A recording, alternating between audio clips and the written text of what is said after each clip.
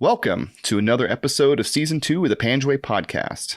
As always, you can find our episodes on all podcast platforms, as well as YouTube and Facebook for the video episodes. Please be sure to hit the subscribe button on your platform of choice, and if you enjoy what you hear, head on over to Apple Podcasts and leave us a nice 5-star review. If you want to support the podcast financially, we've set up a few ways for you to do so this season. You can become a patron by hopping over to patreon.com/thepanjwai podcast and sign up for a small monthly donation. If you want to make a one-time donation, you can find us on Venmo at the Panjwai Podcast. And last but not least, we've got a small selection of merchandise in our store. So if you head over to thepanjwaipodcast.com and click on the store tab, you'll see stickers and other merchandise, and who knows what might come down the pipeline. So remember, on all three platforms, that's the Panjwai Podcast. Panjwai Podcast. Thank you.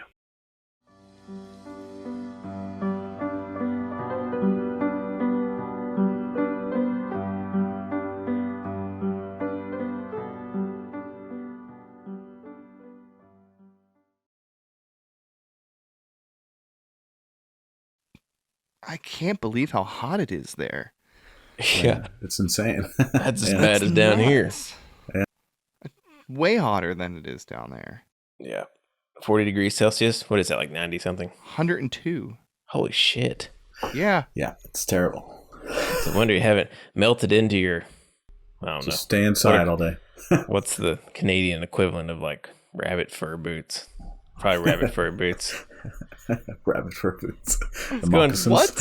I was trying to make a Canadian joke, but it failed because I'm tired. Failed miserably. Yeah.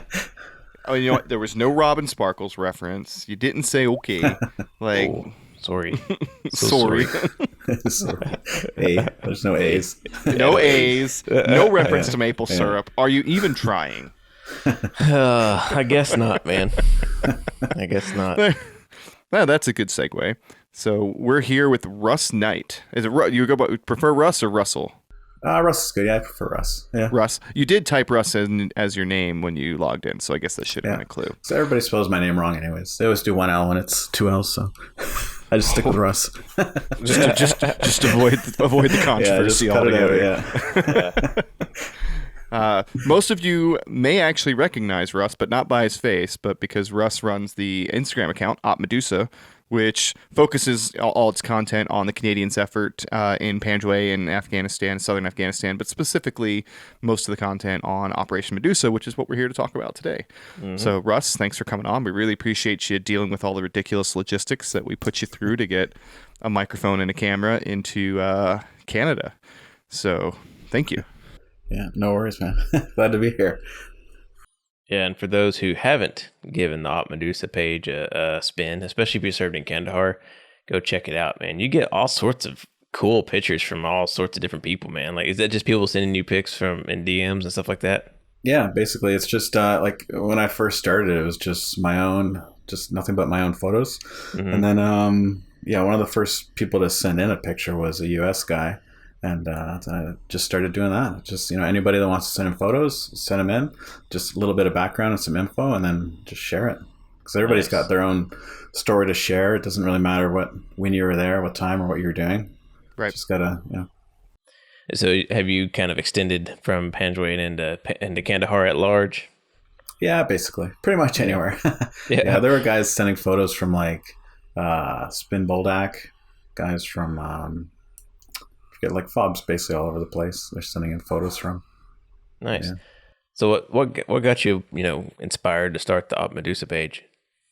So I had all these photos from my first tour, and they're all on my hard drive. I didn't really know what to do with them, and I didn't want to lose them at all. So I put them all onto put them all on the cloud, and then I realized I had access to all that off my phone.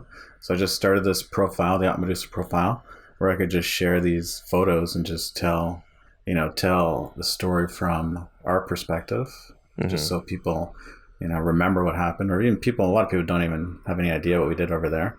So just kind of share that story, and then it's just snowballed really. Nice, man. Yeah. Well, that's good shit, dude. So the way we begin these things typically is we ask, what drove you to the military, man? What was give us the quick and dirty on how you ended up in the military, why you chose the job you chose, that kind of thing. It was, you know what, honestly, after September 11th, like that was probably the big push for me joining the military. And my plan was to like join, get experience, and then leave and join the police force. That was like just my goal. Just join for like, I think it's like 3 years, 5 years, and then just get out and just use that experience. But yeah, it's just too much fun.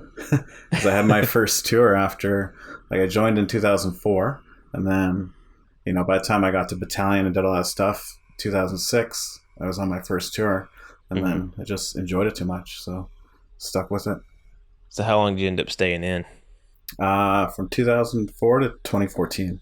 Okay, so 10 years. Yeah. It's a pretty decent stint. What kind of skipping ahead, but why'd you choose to get out? Basically, I think I just did everything that I wanted to do. Yeah, like I did the tour stuff. Afghanistan's basically done with, because like we ended our combat missions in 2014, I believe. So there weren't going to be any more tours to Afghanistan. I tried out for the Hill for the GTF2 guys. It failed miserably, but whatever. I tried out anyways. And what is that? That's our like tier 1 special forces, the GTF2. Yeah. So I did that, tried out, didn't make it, whatever. And then or you did make it, and that's right. It's all a lie. Yes, this is a giant lie, I'm telling you guys. Yeah. And then and then at that point though, like my contract was ending. So it's either I couldn't do any more 5 years, so I would have had to sign a 10-year contract and stay in. And then the thing is, if you break your contract, they'll tax your benefits and everything, and all the money that you've been putting into it. Wow. So it's better just to get out at that time. So yeah, that makes sense. So you were in the infantry, right? Or infantry, whatever they call them in the Canadian Army. Yeah, in the infantry, yeah. Why did you choose that route? Basically because I wanted to go to the special forces at some point. But yeah, and just the experience that like related most closely to policing and doing that sort of job. Cool. And it was fun. You get to just blow stuff up, you know, and play with guns and drive around cool vehicles. So yeah. Now, and you were on labs most of your time, right? Yeah. Do they allow you to pick like light infantry versus mechanized infantry, or is it luck of the draw? How does that work? Yeah, it's just luck of the draw or bad luck if you get light infantry. Okay. But yeah, because basically, so when you join, you get, you pick the infantry, you go do all your training, all that stuff. And it just really, they try to post you to the closest spot that you live. You can always just ask. Yeah. So like closest, because I'm from Toronto, then the closest place to me is Petawawa, and that's where it's like near Ottawa. Mm-hmm. And that's where like 1 RCR is. So that's mostly mechanized because they're all labs, but 3 RCRs also there, and they used to have airborne. They're like airborne and light infantry. So yeah, it's just kind of luck of the draw too, depending on who gets what training class, what the numbers are like. And you can always write a memo and be like, I want to go out west and join the Pickleys, the PPCLI, and do light infantry there, or stick with the mechanized. And they can either agree or disagree with your memo. How often do they agree with requests like that? I think they'll agree with it depending on, family or your reason for going, and then numbers. Really? Yeah. See, in the American military, requesting something specific is a guaranteed way not to get it. Denied. Denied. Yeah. Oh, you want to go to Hawaii? That's cool. Denied. You don't want to go to Korea? Looks like we just had a spot open up in Korea. Yeah. Yeah, certainly. So it's comforting to know that somebody gives a shit about where people want to be. Most of the time. Yeah, take that into account. Yeah. Most of the time is a win. Yeah, that's a win for sure. Yeah. So once you found out you were going to go mechanized, did that extend your training? Because then you had to go learn the labs, or was it kind of a lot of OJT? No, it's pretty much, yeah, you still have to. So once you go into the mechanized battalion, now you're like a brand new private. You're going to be a lab driver. Mhm. Okay. And yeah, so you just go to, that's maybe like a month-long course. You do that, and then everything is kind of like staged. So you have like, you'll get qualified in lab driver, and then maybe if there's time, you get your lab gunner course too. And then the next job would be crew commander, but you wouldn't actually get that until you need to have your like PLQ course. So you're like it's like a career course. You have to be qualified. It's like a leadership course, and you have to Right. have at least, I think you have to be a corporal at least to do it. And yeah, that's for that. That's like that kind of lab route. Those 3 courses. But yeah, like you're guaranteed if you go to battalion, you're gonna get the lab driver course like right away. They just run them nonstop. Yeah. And that's the first thing you do as a brand new private, and then I guess over time you graduate to gunner and Yeah, and they try to give you all the driving courses too. Like you'll get like you can get a snowmobile course, most fun course ever. That'd be fun. Yeah, that sounds like a yeah. blast. sign We me didn't, up. and we didn't even use military snowmobiles because they're all broken down. So they rented all these snowmobiles from a poor company that was near us, and we just destroyed so many of them.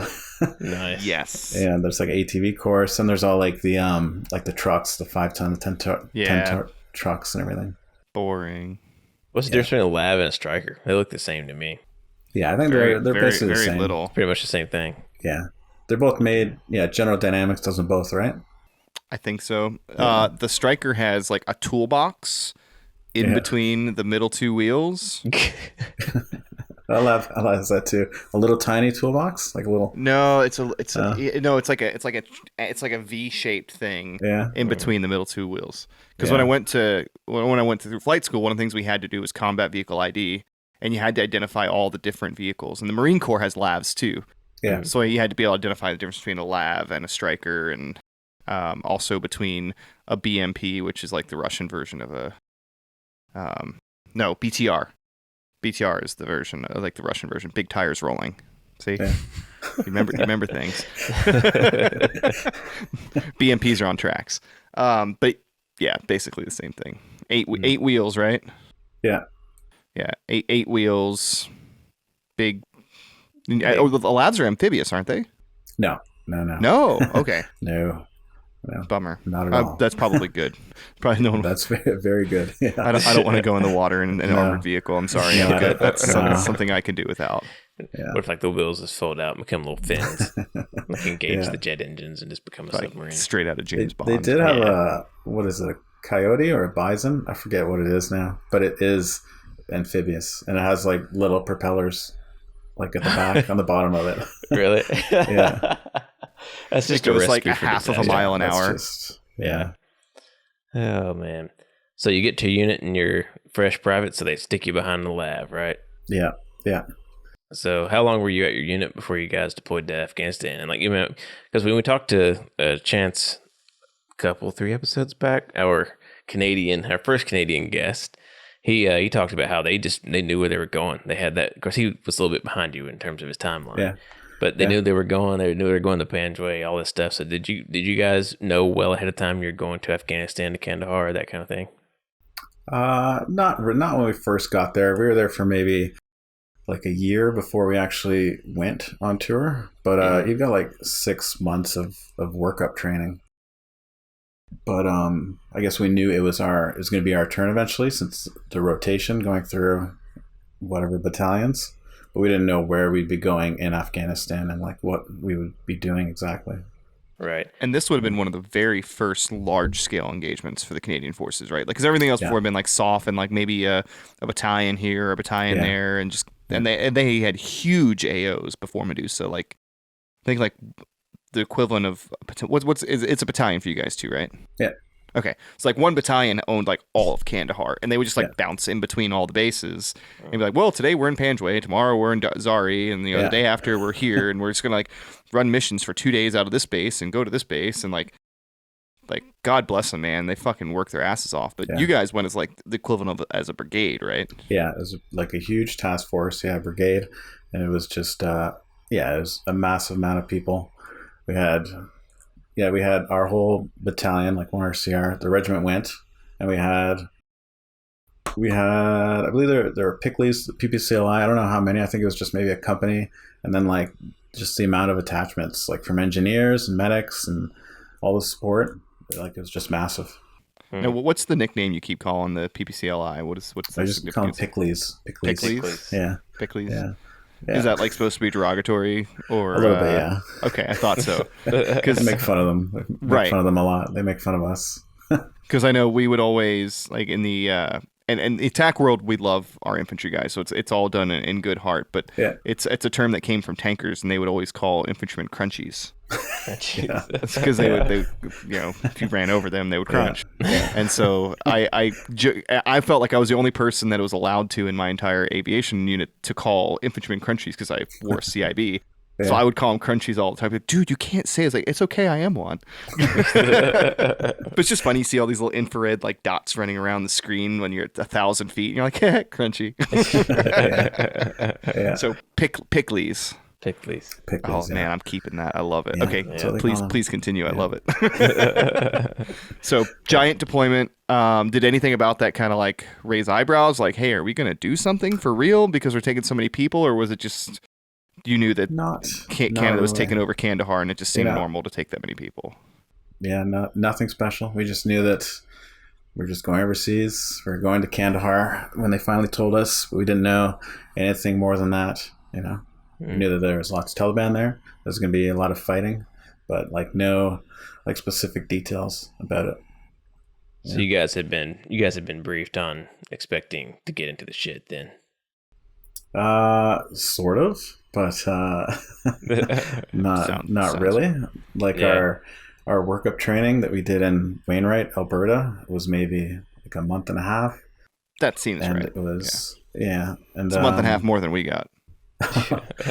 And there's like training you do prior to that, just like ranges and everything. Mm-hmm. But it was like a month and a half of doing vehicle checkpoints, and there's maybe like 2 days of like fighting this like weird insurgent group, and like that was it. That was all we got. So there's nothing really about IEDs, nothing like drawn out stuff about fighting insurgents or like getting attacked by them or anything. Yeah. Interesting. And so you guys, did you bring your own labs with you? So you like loaded them up onto airplanes and stuff like that, or were there already labs in country? How did that work? No, what did they do? I believe we already had labs in country. Yeah, you do like, so when you go, then there'd be like a handover, right? And whoever's already there using them, then they just sign for everything. Over. Yeah. Which works, and we did the same thing with aircraft for the most part. Unless you had a specific kind of aircraft that the other unit doesn't have, then you have to play the game. But once you got on the ground in Kandahar, how long before you realized that Medusa was in the works? Maybe less than a month probably. Wow. We realized that this operation, like we got the briefing for it and the planning, and then we started like familiarizing ourselves with engineers and just what exactly was going to happen and take place. Mm-hmm. Did you have any idea what was going to take place, or was it still just like out of the realm of possibility? I think still out of the realm. Like we figured it would just be, you'd show up, it's the Taliban, they're not going to want to fight, we'll just show up and just like roll through, and that's it. And you guys were definitely right about that. Yes. Yeah, that's why Operation Medusa was so notable. It's because the Taliban gave up immediately. They all went home. Yeah. So to kind of lay the groundwork here a little bit, what's going on behind the scenes while Russ is getting his feet wet in Kandahar is that the Canadian higher command now is in control of the entire area of Kandahar. Fairly recent development. They just taken over from an American general, maybe 6 months prior, something like that. Yeah. Somewhere in there. And so now Canada owns the whole thing, and then suddenly NATO's like, we're going to do this big push because they were finding out that the Taliban basically were entrenched in Panjwai, and they were launching attacks from Panjwai against Kandahar city, and that's just kind of where they were hanging out and doing all their mission planning and all that kind of fun stuff. So they created this mission with the idea like, hey, we're just going to push them out. We're just going to drive a battalion or a brigade worth of LAVs and armor and Canadian forces and American special forces, and with all the allied air power, we're just going to kick them out, and we're going to take Panjwai, and we're going to create a buffer zone for Kandahar. And even in the planning stages, they knew it was the biggest like ground invasion in NATO's history. And so they're all geared up for this thing, and everybody who's in Kandahar has a hand in it. And the central focus initially actually was north of the river in what was currently Zari, but it was Panjwai at the time, so fuck it, it's Panjwai. And the focus, the more, like, the narrower focus, the micro focus, was on a building called the White Schoolhouse. And that was because, correct me if I'm wrong, always correct me if I'm wrong, that was kind of where they saw that, like, the command and control was happening, and that there was just a large number of Taliban commanders there, a lot of fighters there, and they had taken extensive contact from that point before, right? Yeah. Oh, yeah. I think the previous tour, there's PPCLIs that they went there and they were attacked. I believe they lost a few guys at that school too, like prior to our tour. So it's like a well-known area. You'd go there and there were a lot of Taliban, and that there'd be a big fight. Yeah. So like, you know, we always talk about, you know, this was the push into Panjwai, but the Canadians have been in Panjwai, Americans have been in Panjwai, but in and out. So they go in, they do a mission, they come out, or go in, they do a mission, they come out. So they were familiar with a lot of these landmarks, such as the White Schoolhouse, Medusa Ghar. There was already a base at Medusa Ghar at that point, if I remember correctly. So like all this kind of stuff was kind of new, but they weren't starting from zero. And your unit's mission, specifically your company's mission, was the assault on the schoolhouse from the south, right? Right, but there's nothing there though at Medusa Ghar. Oh, okay. See? Yeah, it was just the mountainside. Just the mountainside. Okay. Yeah. So I was wrong. Yeah. There we go. It happens once in a while. So can you tell us kind of what the plan was as it was briefed to you early on? Yeah, so like we got our briefing initially in CAF, and like the plan was for 1RCR, for Charles' company, our company, we were gonna sit on Medusa Ghar, like on that side where the base was built, and with our labs, obviously. And then basically our objective was that white school called Objective Rugby. And then there'd be a week-long aerial bombardment and artillery and whatever else. And then we would just advance across the wadi, attack the school, and keep pushing. And we're kind of sandwiching them between FOB Wilson, that was built, or Patrol Base Wilson, was built like more north of us, and Bravo Company and I think PPCLI guys were up there, and they were like pushing towards us. So we're kind of like sandwiching them right in between. And you mentioned that the plan was for a week-long aerial bombardment. Yeah. But that's not what happened. No. I think they cut it down to 3 days. I remember vividly of General Fraser when he came. He came in his Black Hawk with his close protection boys, and he walked up to like the very top of Medusa Ghar with our CO, and he just like peered across. He didn't see any bad guys, so he just told us we're going in the next morning. Sure, because oh man, yeah. And I know he is not well liked because of that, specifically because of that decision. Other things too, but I know a lot of guys felt like his decision to stop the campaign early led to you guys what happened the next day. What happened? Yeah, a lot of people blame him for it. Yes. Yeah. So air bombardment stops early. Everyone's under the impression that, hey, we've suppressed the hell of this target. We should be able to just roll right through, right? Yes. That's not what happened. not at all. So we'll kind of let you tell the story from here. Now, the setup is, and I'll interrupt you as minimally as possible, I promise. So can I walk us through the events of the next morning? So even like before that morning, we went out. I don't know who, I think it was General Fraser. He wanted us to go out, just our platoon, into the middle of the wadi and make it look like there was going to be an attack happening at night. Like they wanted a feint, they call it. Well, so he put us out there, just our platoon, to sit out there. And like at this time, this was like sometimes we'd be getting shot at from our side of the wadi. Like guys would be sneaking up to like really close and they would be shooting at us. So like we could be sandwiched in between or have guys behind us. Right. Shooting over So your heads. it wasn't, like it was not a good spot. So our CO like begged him to bring us back in. So thankfully before the sun went down, we came back in, rejoined the rest of the company, and then we were told, then we're like, okay, now we're going to do this whole thing tomorrow morning and start our attack at first light, as always. Right. BMNT, right? Yeah. The witching hour, or what did we call? Oh, what do we call? Stand 2. Yeah, stand 2. Stand 2. I haven't heard that in a while. Yeah. So we started. So this was it was all of Charles' company, and we had headquarters. So we had the CO with us. It's called 909 Attack. So we had him, his lab, and like 2 or 3 other labs. I forget the right number. Maybe 2 other labs with him. They would move with us too across the wadi. We'd advance across the wadi.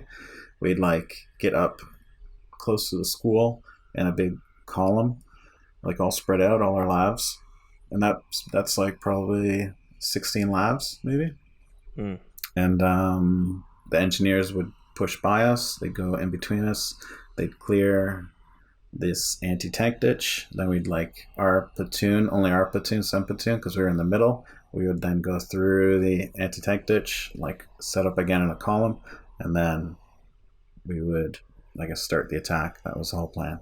So everything like played out to that up until like we rolled up, we crossed the wadi. They filled in, or like I say, they had a huge huge backhoe, huge Zettelmeyer, and it dug a huge hole, and we drove our 4 labs went through, and then we set up in a column, and it was just quiet for maybe a minute, and we just sat there in this giant wheat field, and then just all hell broke loose, and we were caught in this massive U-shaped ambush, just our 4 labs, just surrounded by all these very angry guys. And and you're in the weed field, so you can't see shit. No, like from where I'm sitting in the lab, like I can just see. Thankfully, I could see somewhat over top of the just like over top of the weed from my driver's hatch, and like the gunners, they can all see pretty well, but like if you got out, if you dismounted, like you couldn't see anything. You wouldn't be able to see anything. So what? And nobody were you dismounted, right? Your... They were all inside the labs, right? Yeah, all the dismounted guys. All the infantry guys. What were you the seeing? dismounted guys? Everyone stayed inside except for the guys at the air sentry hatch, and then the crew commander standing up. Gotcha.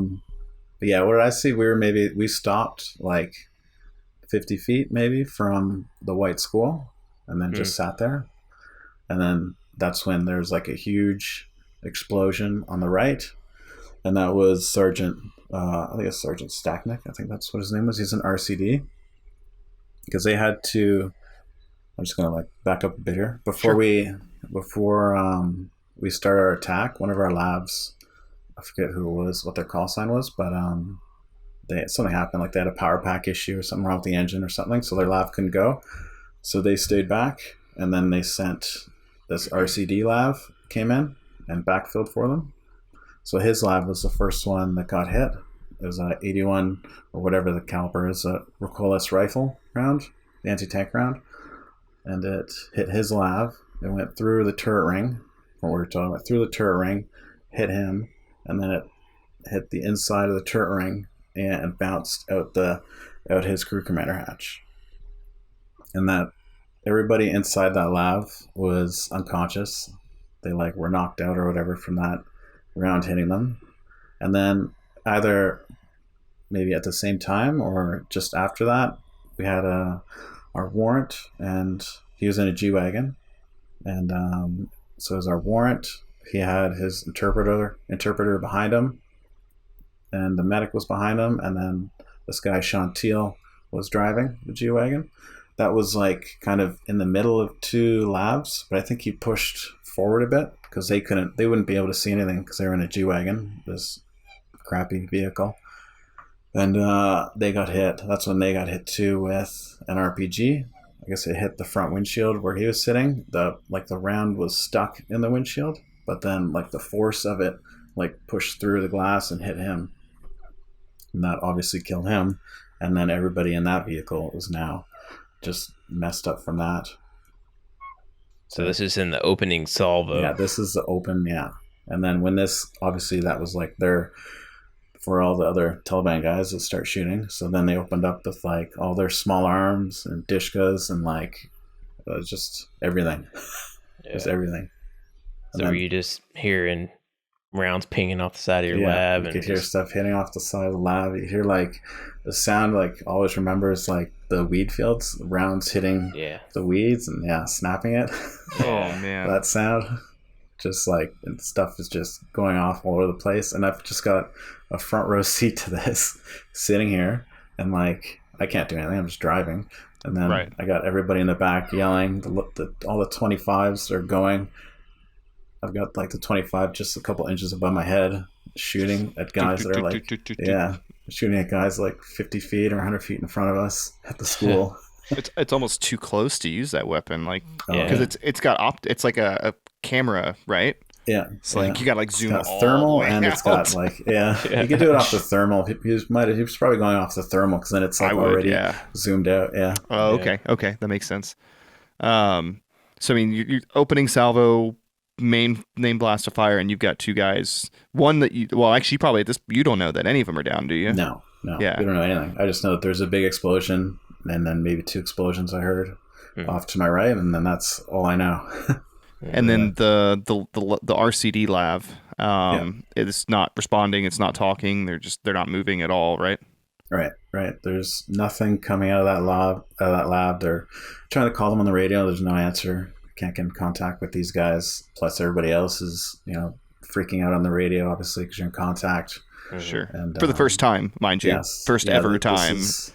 For anybody. For basically everyone in like the company, because like prior to this, these guys, their last tour was probably like Bosnia or Kosovo or something, like, and that would be sergeants and up, and maybe some master corporals. So like, and that's of course not really that a tour combat too. It deployment. wasn't like right, but they still had their own things to deal with there. But it's like they aren't really comparable. And now you're like, they're not getting ambushed by a few hundred Taliban. Like a month into your tour. So when all this shit started going off, like, what were you thinking, man? Were you just... I was just listening. I just had my headset on and just listening to the crew commander, like just waiting for him to say to get the hell out of there. Right. Just waiting for like the next. Do I go forward? Do I go backwards? Yeah. Like, But like I felt, even though all that stuff was going on, I felt like relatively safe inside of the lab. For sure. Just from hearing things hitting it, and I don't know, I felt safe inside of it. Because you didn't know they had a recoilless rifle at the time. Right. Also true, yes. Yes. Yeah, for sure. Because I know once we got word that one of those was wandering around our AO, I no longer felt safe in the trucks. But before that, I was like, we're fine. These things, RPG net, bulletproof, we're good. That got shattered later, but I know what you mean. Like, you feel pretty safe in those things. Yeah. How long before they realized, like, hey, we are fucked, we need to move? It seemed like we were in there. It seemed like forever that we were in there. But I don't know, maybe it was like 10, 15 minutes we were in there. It's I a could long be 10, way 15 off, minutes. Or we could have only been there for a few minutes. Right. And was it just continuous fire the entire time? Yeah, it was just continuous, nonstop. Never let up. Just did you guys go black on ammo on the 25 mark? I think they did do a reload on it. I remember them having to, I don't know if they reloaded it. I think once we pulled back later on, I remember him did have to do an upload of the 25, because they ran out. What can they carry as far as rounds for the 25 in a lab? I don't remember the numbers exactly. It's not that much. No, it's like in the primary, it's like people are gonna be listening to, and they're like, "Oh, you idiot! That's not the right number." I think it's like two something, maybe like 240 or 250 in the primary, and maybe like 100 and something in the secondary bin.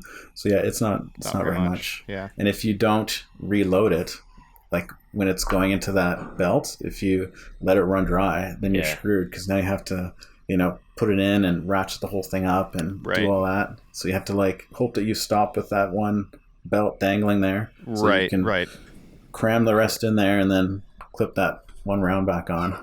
Oh man. Yeah, because that sounds pretty similar to like a fighting vehicle days. Yeah. Yeah. I mean, I like shooting the Bradley. I hated reloading it. Oh yeah, it's the worst. Yeah, it's just terrible. So man, having to put the chutes on. Oh my god. Oh, the chutes. Yeah, they're freaking like you pinch your finger putting the chutes on. That's the worst. Oh man, yeah. 25 mic. It's a dream when it's functioning, but then as soon as it stops, like you're done until you can go back to the house and sit there for a while and work on it. Yeah. Oh yeah. So you're there for 5 minutes or 5 hours. You're not 100% sure. Yeah. When do you get the call to like, hey, wait, we got to get out of here? So we had, let's say like 10, 15 minutes we're in there. And then like just our platoon or our 4 labs are in there. And then we knew we had the G-Wagon that was in there. So those guys that were now on the ground, those 3 guys, the interpreter, TL, and the medic. So they were shooting back and getting hammered from the dish gather, like rounds going through the guy's door from it. They had that, and then they jumped into another lab. I think it might have been this 301 Charlie that they jumped into. And then we had to get the other lab out of there, obviously, because it's full of all these people. So the one guy in the back, Mark Oatman, he jumped out after all the shooting going on, and he wanted to rip the tow cable off the front of our lab so he could hook onto the back of the RCD lab.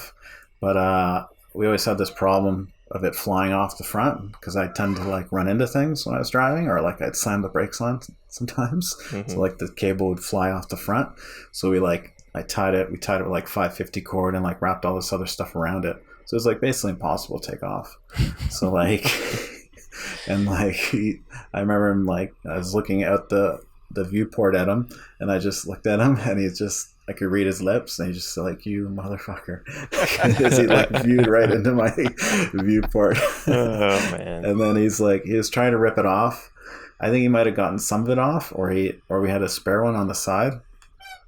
But just as he was about to like tie it on to the rear end of the RCD lab, it just pulled forward, did a left turn around us, and then just went out and just left. And they didn't wait for any instructions. Like, he just took off. We're like, all right. Have you ever talked to the driver of that lab? No. Really? Never. Yeah. Wow. I mean, he probably woke up and was like, fuck, and just time pulled to go. a Yui. Yeah. Be a good guess. So, I mean, because you said the recoilless hit the turret of that thing, right? And they said it went through the turret ring. Yeah.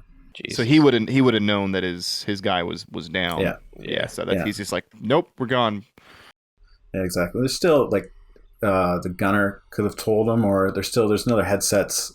There's headsets in the back, so maybe their section commander or whoever's in the back could have just told him to, hook a left and let's get the hell out of here. Yeah. But yeah. So now that you don't have to worry about towing them out, everyone's just able to make their own way out of the weed field back. And did you rally in the Wadi, in the Arghandab, or did you push further back? So now we're still in this U-shaped ambush. We got out of there. I forget the order, but like maybe Alpha went, and then Charlie went, or whoever it was. But one of the labs, we had left the G-Wagon there, but the G-Wagon had to stay there with Warren Nolan's body in it, because we didn't have time. We were in this ambush. Everyone had to get out. So we got out. 3 labs got out. That's including the RCD one. And then the one call sign 31 Bravo, I believe it is, they backed into the hole, the anti-tank ditch. And so they got stuck as they were trying to leave. So now they're stuck in an anti-tank ditch. And I think that's where everyone, maybe that's where Teal and all those guys jumped into. They might have jumped in with 3 on Bravo's left or 3 on Charlie's, I'm not sure. What's the guys out of the G-Wagon, out of the right? G-Wagon, yeah. So they might have been in there as well. But anyways, 3 on Bravo gets stuck in this anti-tank ditch. So now they can't get out. They're getting hammered. So now I don't even think they can drop their back ramp to get out. So they had to go through the door or out over top of out through the air sentry hatch to get out. And then they had to run back to the hasty, the CCP, the casualty collection point, which is maybe like, it's hard to say, maybe like 100, 200 meters back. And it was set up just behind the engineer, the Zettelmeyer. So, yeah.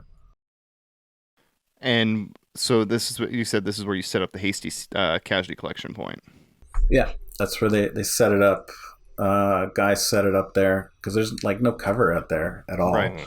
Obviously, there's one tree there, and then the Zettelmeyer. So he's like, I guess I'll set it up here. And it's just a hasty one, and that's where Bravo moved to, and then once they got there, and we were all out of the ambush, it was this guy Derek Lewis and a couple other people. They organized together and they went back to that G-Wagon and grabbed Warrant Nolan and then carried him back. I think it was Sergeant Fawcett too. Yeah, like Derek Lewis, Sergeant Fawcett, a couple other guys. They went back to the G-Wagon, got Warrant Nolan, then carried him back to hasty CCP. Under fire the whole time. Under fire, yeah. And the rest of us are like rejoined the rest of our company, and we were just engaging all these Taliban in depth and out to like 100, 200, 300 meters. Well, that's going on. So you've got 2 KIA, multiple wounded at this point, right? Yeah. But what happened next with the CCP? I mean, I know you mentioned something about the other warrant. Yeah, so that was, our warrant was killed, Warrant Nolan.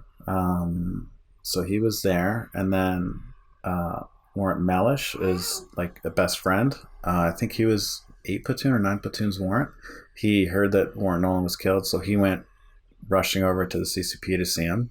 So he's there. Our sergeant major's there. And then there's a bunch of other people there. Obviously, like doing security, because Through and Bravo is there also, since their lab is down. So they're all there. And then that's when another recoilless rifle round, because they have so many of them, hit the Zettelmeyer. It hit that. It killed Warrant Mellish. It blew out the eardrums in our sergeant major, and he was like out of it. And then it killed our buddy Will Cushley too. And then, that's all from that 81 round hitting that. So yeah. But I think Derek Lewis was there too. I think he was hit by shrapnel also, I know he was shot at some point, but I don't know where exactly he was shot. He might have been shot at that point too, been hit by something. But yeah. So I mean, what next? Now you're down 4 people that have been killed in action, and then several others that are out of the fight, just from their injuries. So what's the next move for you and your company? To get out of there.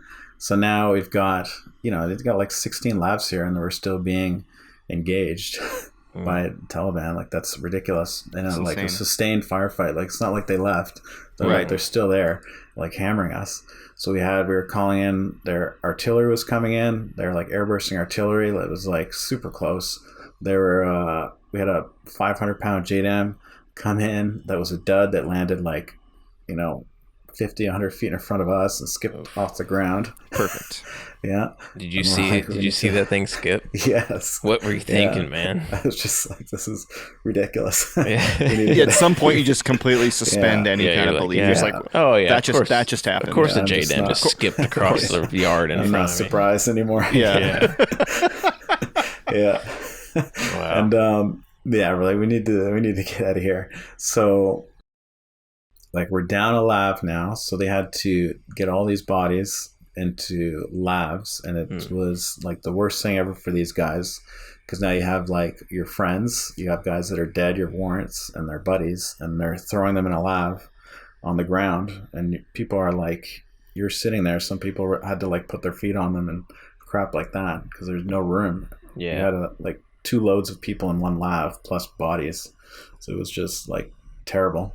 And then the whole company had to pull back. While we're pulling back, we had to pull back to like maybe the middle of the wadi. So maybe it's like, maybe we're like half a kilometer away now, or maybe more. So maybe we're like 1,000 meters out now, away from the school. And like we're still being shot at. It might have been closer. Like we're still being shot at. There's still rounds hitting off the ground and stuff like that. And while this is happening, there's like labs back at MSG, like way up high on the mountain. They're still shooting and engaging things. There's so we still had that lab stuck in there in the G-Wagon. There were Taliban all over it, climbing all over it and like ripping stuff out of it. So there were like JTF2 guys on the top of the mountain shooting those guys as they're trying to steal things and take like equipment out of our vehicles. Them and 1 RCR snipers were doing that. And then they called in 2 2,000-pound JDAMs on our lab and the G-Wagon that was stuck there. So they was like, fuck it, just blow them up. Yeah, just blow it up. Just fucking leave it there, yeah. 4,000 pounds of bomb.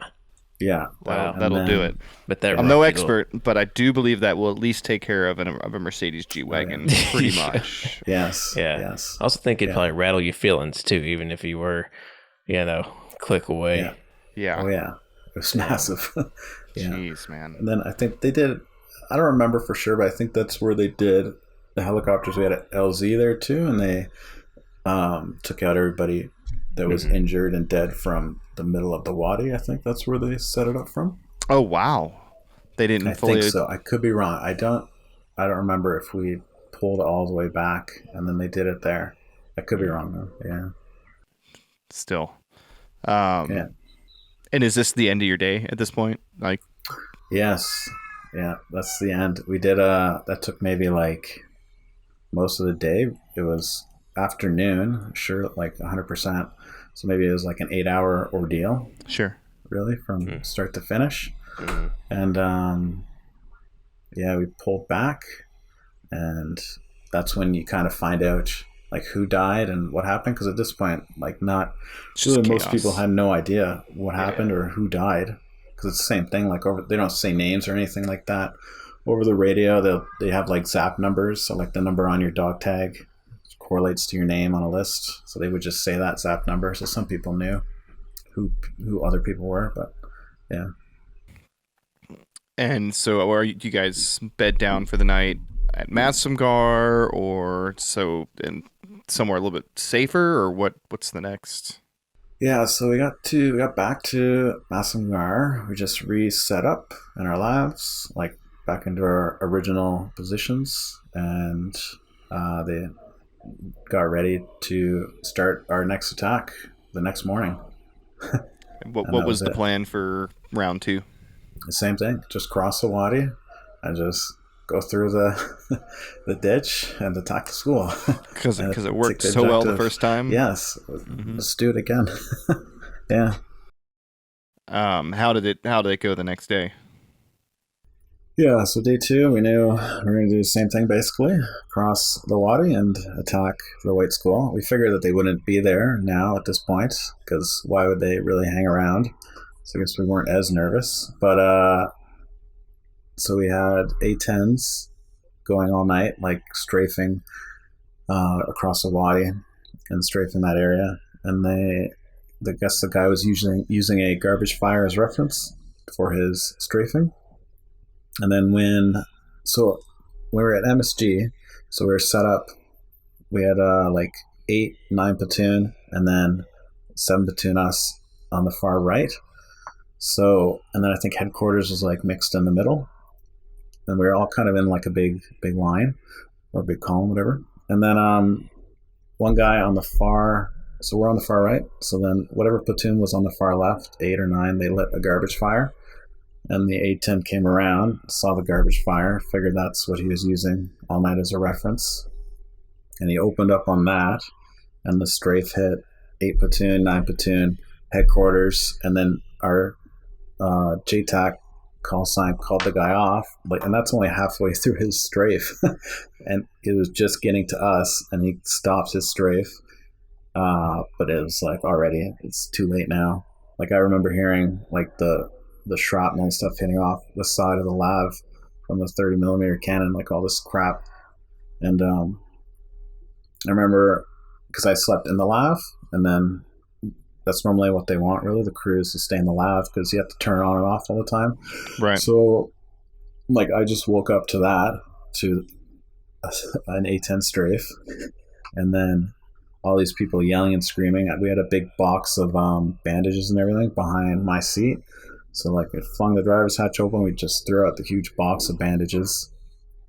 And we had, and we, like, ran down there. And it was, like, that killed a good friend, Mark Graham. I went through battle school with him. So I killed him.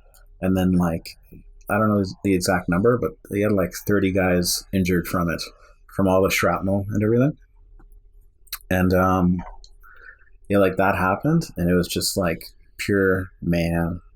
So now that just happened, and now we're like, well, like, what do we do? This is a mass casualty event. Like, the stuff we didn't even train for, because Wainwright was still, a month and a half of VCPs, and this, all this crap. And now it's like they flew a Chinook out to us. So I'm a new private, and I had this other guy with me. We had to set up an LZ, bring in a Chinook. They've brought in 2 Chinooks and Blackhawks, 1 or 2 Blackhawks. The first Chinook was full of surgeons from CAF. They flew out to us to help people. And then they left. And then, like, another one came in full, like, medics who came out and grabbed more people. And they just kept doing that. Because there were just so many guys that were hurt. It was ridiculous. Yeah. And then, like, after that, our company was obviously, we're combat ineffective. So now we're not doing this attack. So what they did was they just took us, we left our vehicles there. We left everything there. We just took like 24 hours worth of stuff. So we just filled up we just brought our rucks and our bags and whatever else. And then we left, went back to CAF for 24 hours, 48 hours. And then right back out. Right back. And then, we hung out in CAF. And then they told us we're flying back out in Chinooks. And we're going to attack the White School. Which actually did go differently this time. It did. Yes, thankfully. Yeah, so we mounted back up. We attacked. We actually moved positions, I think. Oh, yeah, so we went back out. I think we came out like early morning or whatever. We got our vehicles back, and then we like changed positions. We went like further down. So like if you're at MSG, we moved like further west, towards like PBSG, just do like a different battle position. Yeah. And we stayed there for maybe a day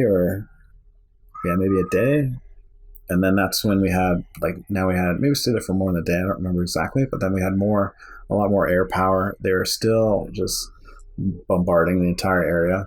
Like Bravo Company was still north of us, and PPCLI guys were still there trying to move south to take the school. And that's when we had like those Green Beret guys or the SF guys come, and they were like calling in airstrikes, and they were like trying to get us to. That's when they were trying to. There were guys moving across the Wadi with weapons, but they were like so far out with the lav that we couldn't. Like it was out of the hash marks for you to, because you have like all your hash marks for distances. And right. Then whatever we were at, like 2,400 or whatever for the distance, the guys were like further than that. So you'd have to elevate the cannon and just like figure it out, whatever. Kentucky windage, man. Yeah.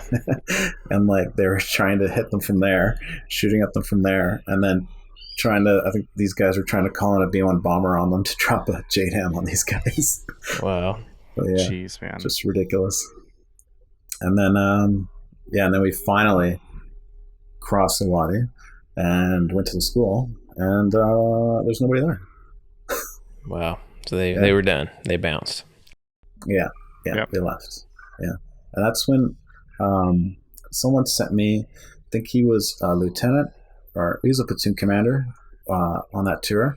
But he sent me photos that they took from the objective after we went there, and he had like all this like built up, like they had bunkers, full on bunkers with like giant logs that they were using for roofs. I don't know where they found all these trees, but they had like fully like reinforced bunkers. They had all these like machine gun boxes and all this stuff for like the perfect defense of all the trenches. They had trenches and like anti-tank ditches all over the place. Like it was just ridiculous. Like, I mean, that's something that really sticks out to me about Op Medusa. It's like that's probably the closest that the fight in Afghanistan ever came to like a conventional fight. You know, like just a knockdown, drag out with like a line in the sand. You know, right? And objectives and entrenched enemy and things like that. Even in the bigger battles of the war, like maybe Tora Bora, but even then, it wasn't quite to that level of just like almost textbook conventional fighting. Well, I think that's the big difference. Is like Tora Bora and Anaconda, you had basically SOF, and you had like air assaults, like 10th Mountain air assaulting in and just grabbing an objective, but you didn't have really much of a ground assault element. Well, I guess they had an ANA, but we were talking about like NATO armored vehicles trying to seize objectives, like like and hold ground, and that's pretty wild. So once you guys take the schoolhouse, what's next? So we took like the schoolhouse, and all we really did was just we just faced west, our labs, and then just hung out there for maybe 24 hours. And then they're like, okay, it's time to move. We're going to keep pushing west. And I don't really think they had a plan, to be honest, what we were doing next. I think they just made it up. And they're like, we're just going to push west. Nobody's been there. So you're going to go to this place called PBSG. There's some, Force Recon guys? Or like a Marine SF guys? No, it was Army SF. Army SF guys? Yeah, they were there. So they're like, we're just going to go there. And we can run patrols out of there. And then we can maybe push into Zangabad because we haven't been there yet. So why not go? Why not? Yeah. So what was that like? Did you guys do a lot of fighting and stuff like that as you push your way west and you started patrolling out Sperwan Ghar and all that? Yeah, so we got to Sperwan Ghar, and that was just like bare minimum. It was just that main building. Yeah. Just the cement building was there. There was like nothing else there. Like no walls or anything like that. So everybody put their labs up to like the very outer edge. And we just run like turret shift and everything like that. Yeah. And even the road to get in, it was like just black tracks, super tight. You can like barely fit the lab in. We were like taking all these weird turns. Like they could, if they wanted to set up IEDs, it would just be ridiculous in there. And but you say you didn't run into a whole lot of IEDs? No. We had our one call sign is 3-1 Bravo. We call them 3-1 Boom because they were the only ones that hit anything. So I think they hit 2 or 3 mines. I don't know. I don't even know if they're IEDs. I think they were just they actually had legit Russian mines still hanging around out there. Yeah, we even slept in a minefield one night before Op Medusa. Yeah, that's ideal. Nobody knew. Yeah, perfect. But, so that's interesting. But like even at PBSG, we had a farmer come up and tell us that he saw Taliban putting in an IED. So we went out there, and this is good because we were, like you take turns leading for patrols. So our call sign was actually going to lead this time. And we went out there and started digging in the middle of the road with the engineers. And they found it was 3 or 4 anti-tank mines stacked on top of each other with rockets and mortar rounds. Just throw a whole bunch of shit in. Great. And they had all this time because you couldn't see it. It was a ridiculous road. So they had all this time to bring all this stuff in and dig this massive hole. But and just put everything in it. Everything. Throw it all in there. Yeah. That's nuts, man. Yeah. It's like a grog, but full of explosives. Yeah. Basically. Yeah. Highly explosive grog. Right. Yeah. Which Yeah, are already unbelievable. highly explosive. That's Yeah. true. They are. Different ways. Yeah. I mean, how long were you at Sperwan Ghar? So like we're into like so tour started in August. This was like now, and then the operation started in September. So this was maybe like mid to late September that we were there. We probably stayed there for maybe a month, maybe in Spur, because they just didn't know what to do. I think that was they just had no idea. So like we were just driving around randomly. Like we would just leave and use the Wadi as a highway all the time. And then the Taliban caught onto that, obviously. So we would be going west, like driving past Zangabad, and there we'd be caught in another ambush, like an 8-kilometer long ambush. They're just firing everything at us that they have. But now we're in like all spread out in a Wadi. So we're like jockeying and doing like actual real like, you know, lab stuff like tactics, and guys are firing back. It was just ridiculous. I'll say this, like, it sounds awful being 50 feet away from a Taliban strong point and being in a weed field and not being able to move, but it sounds awesome to be moving 30 miles an hour down a Wadi with a 25 mic just going doot, doot, doot, doot, doot, doot, doot. Oh man. Yeah, that's pretty cool. Oh yeah. And that was like another ambush that started with that recoilless rifle. Like they use that thing all the time, it seemed. It's a great weapon, and it's an underappreciated infantry weapon, I think. And we've talked about the Goose many times because the Goose is fucking awesome. But you know, for them too, man, that is a line of sight artillery piece. Like, if we're being real, it's fucking huge. Yeah, it's massive. It burns through armor. Yeah, like I'm actually surprised they didn't have more of them. Like, because the only reason I think they didn't is their version of a recoilless rifle was fucking massive. Yeah, it wasn't like our 15-pound plastic Gustav. It was not firing that thing off your shoulder. No. You gotta like rest it on something, and it was definitely a little bit more cumbersome. So thank God, I guess. Yeah, but I think the recoilless rifle is an underappreciated infantry weapon. I've said it here. Yeah, So what is it? So I have spoken.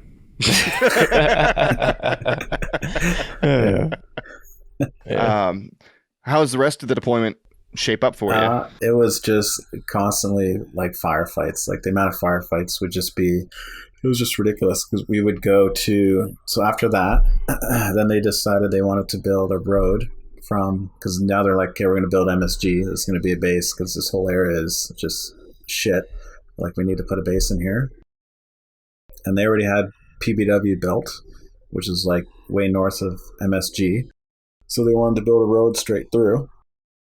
Just, I don't know, an easier route. Because I guess the only other way to go, you'd have to go like almost through Kandahar maybe, or it'd just be a much You'd have to go all the way back to to Route 1 and then go around. Yeah. So they just put a road right through. So they were bulldozing all these people's homes and grape huts, which is super popular decision. Yes. I'm sure Hearts and Minds winning. Yep, won a lot of those. And then they're like, well, we need to protect this road now because we pissed off a lot of people, and the Taliban are going to be coming for us. So they built these 2 strong points, like pretty much right in the center of the roads. There's Strong Point Center and then Strong Point West, and they were just built up strong points with sandbags. We had like thousands of sandbags. We were filling sandbags all day to make these massive walls. Ridiculous. Yeah. Fuck that. Oh, it's terrible. And then wait, as a LAV driver, did you have to participate in that, or was it your responsibility to stay with the LAV? No, I participated in it because the thing too is like, oh, it did suck. I tried to hide. All the time. But it like, because we didn't use the labs that much really, because you'd be doing, once you got to these positions, especially at Strong Point West, we'd park them, and then we're just back to being, now everybody's infantry. So we still because so many guys had lap driver. I think 2 or 3 of us had it, and then same with gunner. A lot of other guys were also qualified. So we would do you just do a patrol, and then okay, this guy's going to stay back, and he's going to be the gunner, and then you always had to have a driver back there because you couldn't shoot the cannon really without the lav being on. I think you could fire like 3 rounds maybe with it, and then it'll just kill the batteries in it. So you had to have that engine running. Oh. So we had to pretty much always leave 2 guys back and the crew commander, and then there'd be like 6 or 8 of us going out on a patrol. But as the designated driver, aka youngest person on the track, or not track, but vehicle, you got to go fill sandbags. Yes, all of us. It was fun. Awesome. I loved it. Yeah. And that's how you finished that deployment, right? Yeah. Yeah, so we spent a lot of time there at those strong points, and it was like you're basically getting into firefights constantly because now we're just sitting there waiting. So Taliban has lots of time to set up on us and do their whatever attacks and come up with these fancy plans. And like, there's lots of like air support we had there because I guess this was a big priority. And I remember like that one story with the trip flares. Like we went out because we can use claymores, but we have to use the clacker with it. We can't do the trip wires or whatever. So we did trip flares, and there's all these wadis around Strong Point Center. So we went out, set up all these trip flares, hid them all nice and everything. Took our time so that we knew if they were coming, they'd set them off. And then that night, nothing happened. Nothing happened in the morning. So then we went out to check our trip flares, and every single one, the wire was undone on the one side, and it was spooled up nicely. The pin was back in the trip flare. It was all put right back together crazy. again. Somebody's probably just... How nice of them. Yeah. So this is your first rotations in 2006 with Medusa and all that. So, but you got to go back, right? 2010. Yes. Tell us a little bit about that deployment and how it compared. It was completely different. Like first off, I wasn't even going to go. I didn't even really want to go because been there, done that. Got the T-shirt. Yeah, and like things Literally, have she's wearing it. Yeah. And like so much stuff has changed over there, and just from other guys coming back, and they're like, it's worse. Like, but anyways, yeah, I went anyways because I had so many of my friends were going, so I decided I might as well go because I don't want to leave them. Yeah. And if anything were to happen to them, I'd feel like a piece of shit. So yeah. So I went.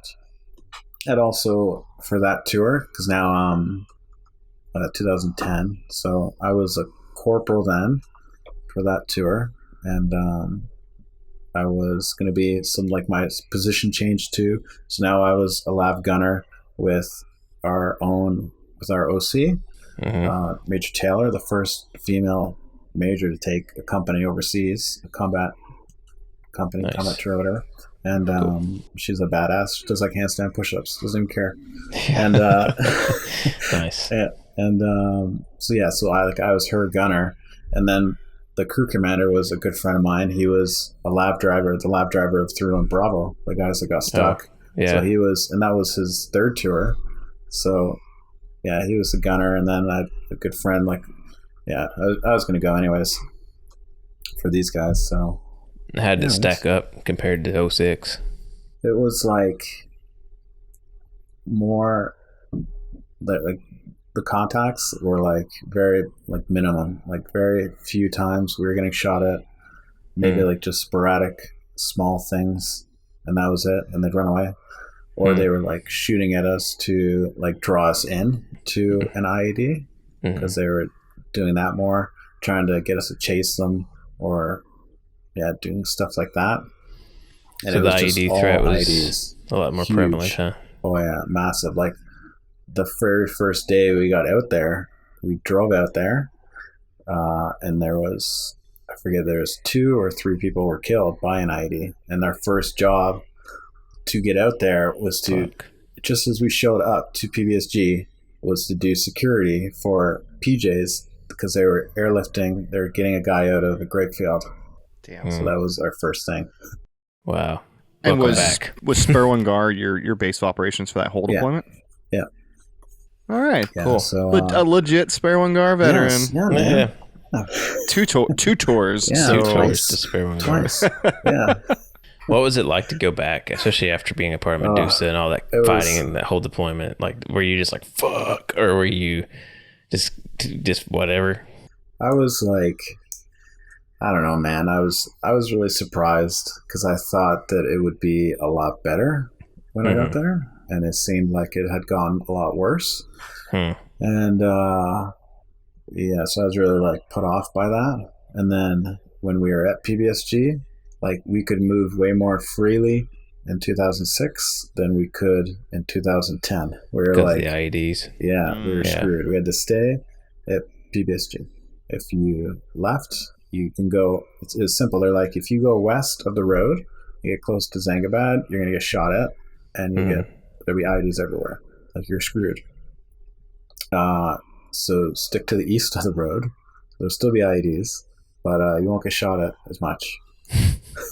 So it's like, That's nuts, man. okay, yeah. And they had like, I'd rather get shot at than hit an IED. Straight Yeah, up. same. 100%. That's why, Yeah. like people always ask too. They're like, they'd ask me like what tour was better or easier or whatever. And I'd say I'd much rather do the 306 one because you would be just dealing with getting shot at is Right. a lot easier, than IEDs everywhere.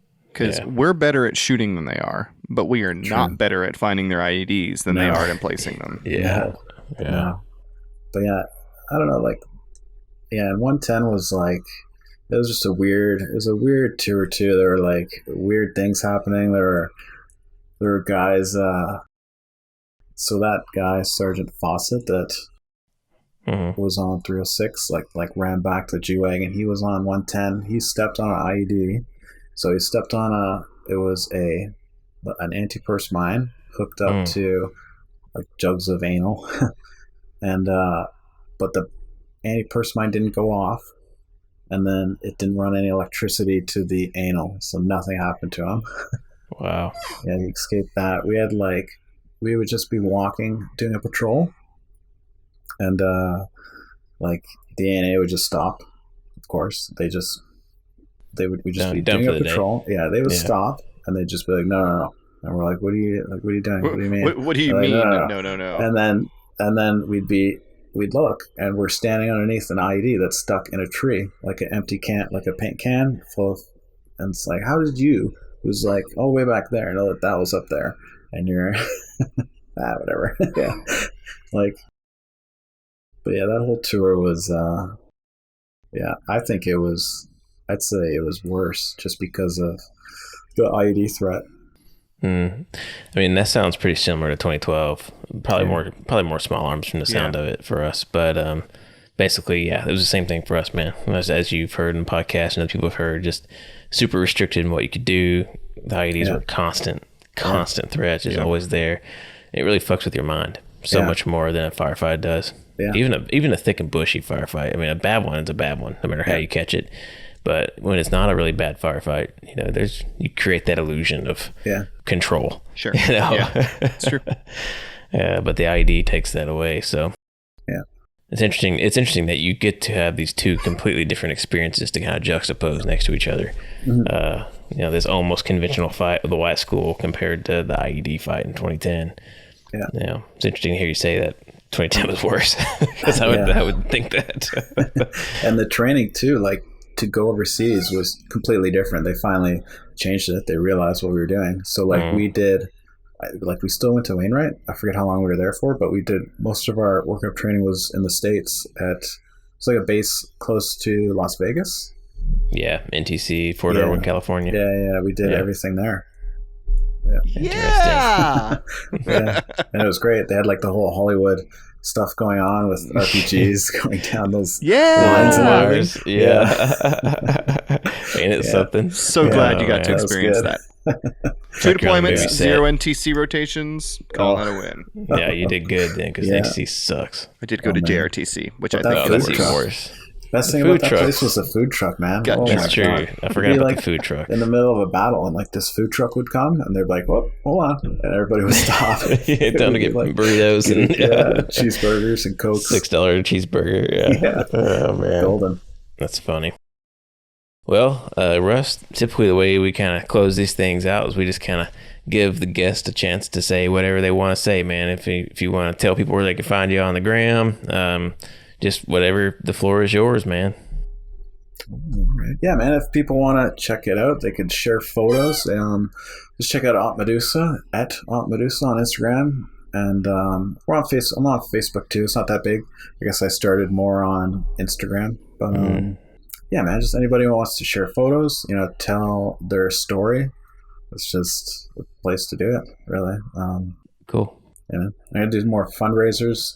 There's another fundraiser I'm gonna start sometime in September. I'm gonna do a Variant 1 knife that I bought, and they gave me a good discount on it, so I saved a little bit of money. So now more money will go to I'm gonna do 100% of the proceeds. Obviously, go to a charity, Homes for Heroes. It's like a Calgary-based charity, help getting vets off the street and into homes. Nice. And I'm gonna start that up sometime in September. And yeah, you just buy like a $5 ticket, get in the raffle. And there you go. Cool. Well, Russ, thank you so much for, again, enduring all our logistical nightmares and delays. Yeah, and, It's all good. Yeah, for being willing to come on and chat with us. I have a feeling we'll probably end up doing it again. Yeah, So, definitely. Yep. Thanks for your time. And what's the most Canadian way I can say farewell? Just whatever way you want. Well, I'm so sorry it took so Just much say of your time. Just gonna say A a lot. We'll talk to you later. Eh? Well, and a yeah, we'll boot. talk to you. We'll talk about this later. Eh? Yeah. Yeah. Oh, man, man. sounds All right. good, man. We appreciate you coming on, All right. brother. Yeah, thanks for having me, man. Cheers. Hey. Thanks, guys. Thanks for listening to this episode of the Panjwai Podcast. If you liked what you heard, head on over to Apple Podcasts and leave us a 5-star review. New episodes every Monday on all major podcast platforms, Facebook, and YouTube. Visit www.thepanjwaipodcast.com for more information.